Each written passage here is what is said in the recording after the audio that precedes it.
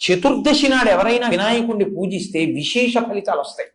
పైగా ఆయన్ని కానీ మీరు విఘ్నేశ్వరుణ్ణి చూసి ఆయనకి ఏం అక్కర్లేదు. అందరూ పనికి మాలిందని ఏమంటారో ఒక గరికె పోగు, ఒక గరికె తీసుకొచ్చి ఆయనకి ఇచ్చారనుకోండి, మీకు ఆయన ఏమి ఇస్తాడో తెలుసా అండి?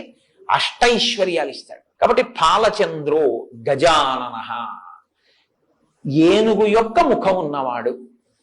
మళ్ళీ ఇది ఏమండి మీరు ఇందాక చెప్పినట్టు సుముఖ అన్న దాంట్లోకి వస్తోంది. సుముఖలోకి ఏనుగు ముఖాన్ని అన్వయం చేసి చెప్పాను మీకు, కానీ ఇప్పుడు ప్రత్యేకంగా ఏనుగునే చెప్తున్నారు. ఏనుగునే ఎందుకు చెప్తారో తెలుసా అండి? ఏనుగు తలకి ఒక బుద్ధి ఉంది.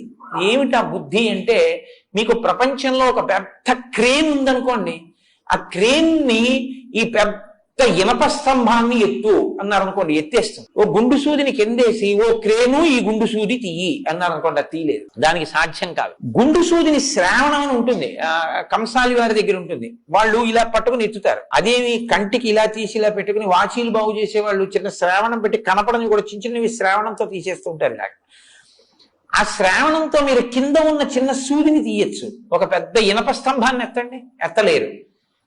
ఏనుగు తన బుద్ధి వైభవం చేత ఇంటింటి కళ్ళు, కానీ తన బుద్ధితో కింద ఉన్నటువంటి చిన్న సూదిని పైకెత్తుతుంది, పెద్ద స్తంభాన్ని పైకెత్తుతుంది.